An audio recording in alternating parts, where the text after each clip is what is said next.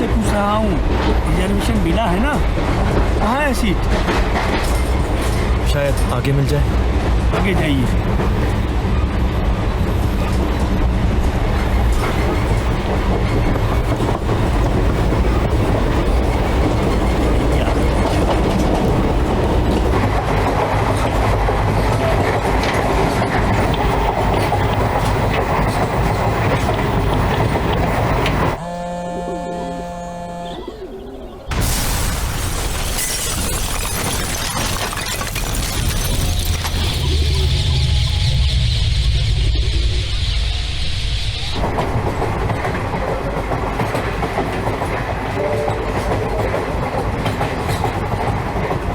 मैं अंत की ओर भाग रहा था या अंत मेरी ओर, मुझे पता नहीं। बस कुछ पता है तो वो जगह जहां से इस सफर की शुरुआत हुई।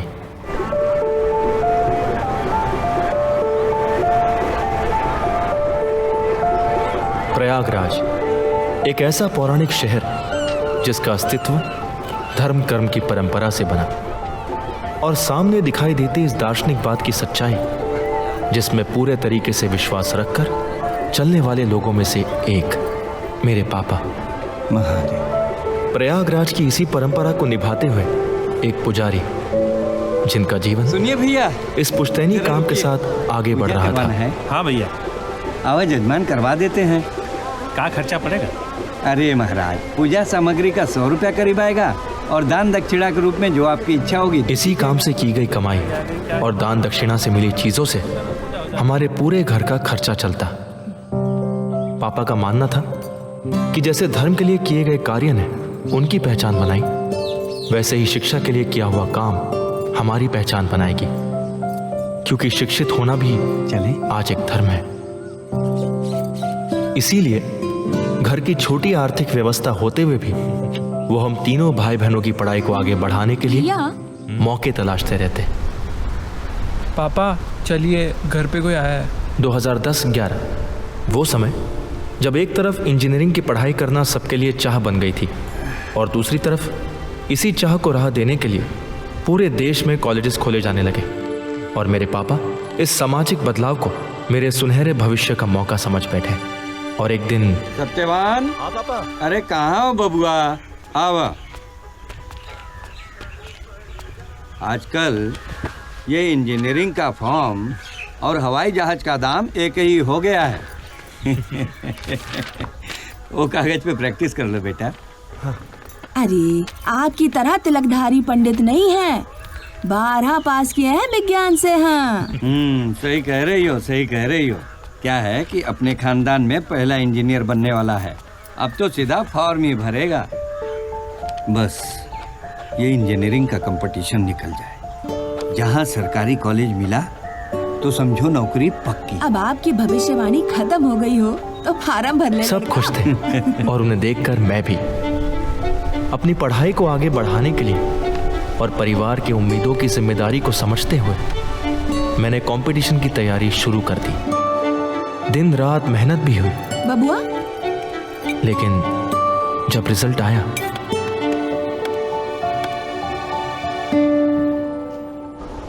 हम सब हताश थे। और ऐसे में पापा, मैं फिर से तैयारी कर सकता हूँ या फिर बीएससी कर लूँ, उसमें भी फ्यूचर अच्छा है। नहीं बेटा, सारा समाज और दुनिया जानती है कि तुम क्या करने वाले हो। अब इस वक्त फैसला बदलने की जरूरत नहीं। अरे जहाँ इतना पैसा खर्च हुआ तो थोड़ा और सही प्राइवेट कॉलेज से इंजीनियरिंग करो। एक बार डिग्री मिल गई तो नौकरी भी मिल ही जाएगी। हाँ, बात तो सही है, इसी बहाने पढ़ाई भी पूरी हो जाएगी। अरे एकदम सही है भाई, पढ़ाई पूरी होने के बाद अपनी सोच को नए तरीके से ढालकर पापा ने आगे बढ़ने का फैसला लिया। साथ मैं भी आगे बढ़ा, लेकिन मेरे आगे बढ़ने की एक कीमत थी। कॉलेज की फीस देने की वजह से हमारे पुश्तैनी जमीन का आधा हिस्सा बिक गया। तमाम ऐसी पारिवारिक परिस्थितियों से गुजरते हुए मैं एक ऐसे कॉलेज में आ पहुंचा था जिसकी हालत मेरे सामने थी, और मैं सब कुछ देखते हुए भी अपनी पढ़ाई को आगे बढ़ाना ही सही समझा।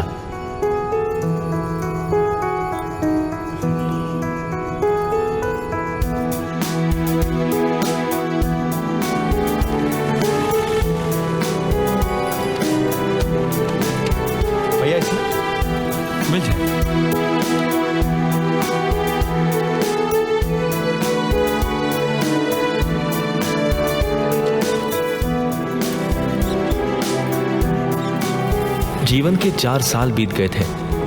अपनी आशाओं और उम्मीदों से टकराते टकराते मैंने इंजीनियरिंग की पढ़ाई पूरी कर ली और अब मैं एक degree holder pass out engineer बन चुका था। सब खुश थे और ये हमारी जीत थी। समय के साथ बहुत कुछ बदल चुका था। हजारों पास आउट इंजीनियर्स नौकरी के लिए भटक रहे थे और मैं भी इसका हिस्सा था।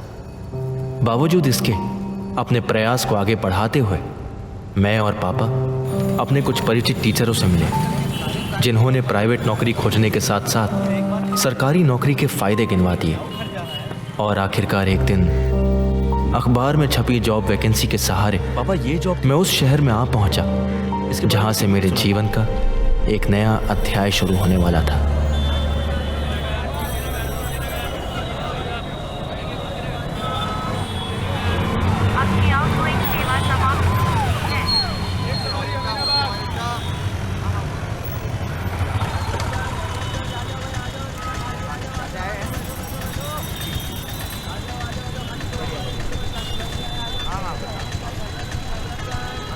Hello, good morning ma'am.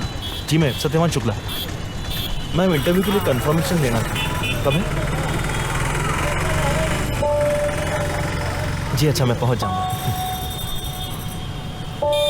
Thank you.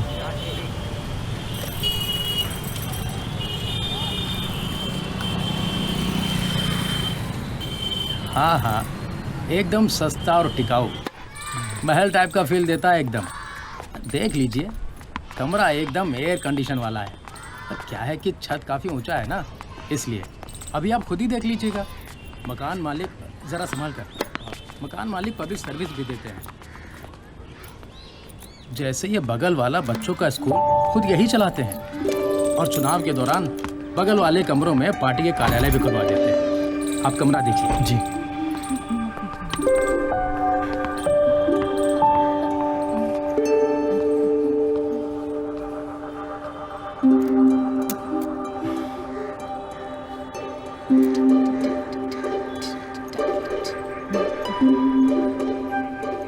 जी, वो इलेक्ट्रिकल कनेक्शन में कुछ प्रॉब्लम है क्या? लाइट नहीं जल रही है।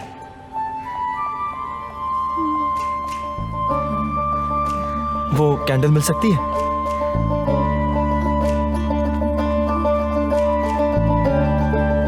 कैंडल?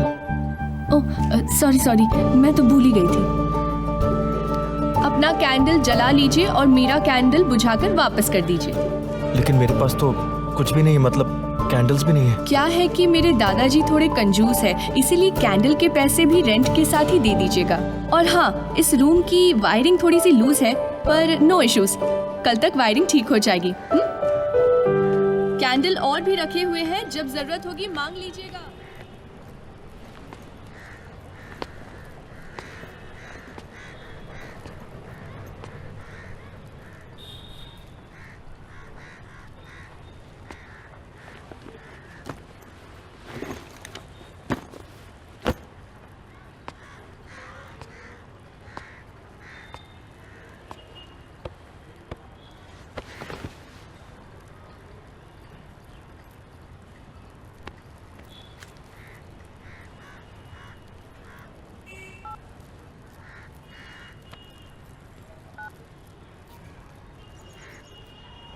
हेलो बबुआ।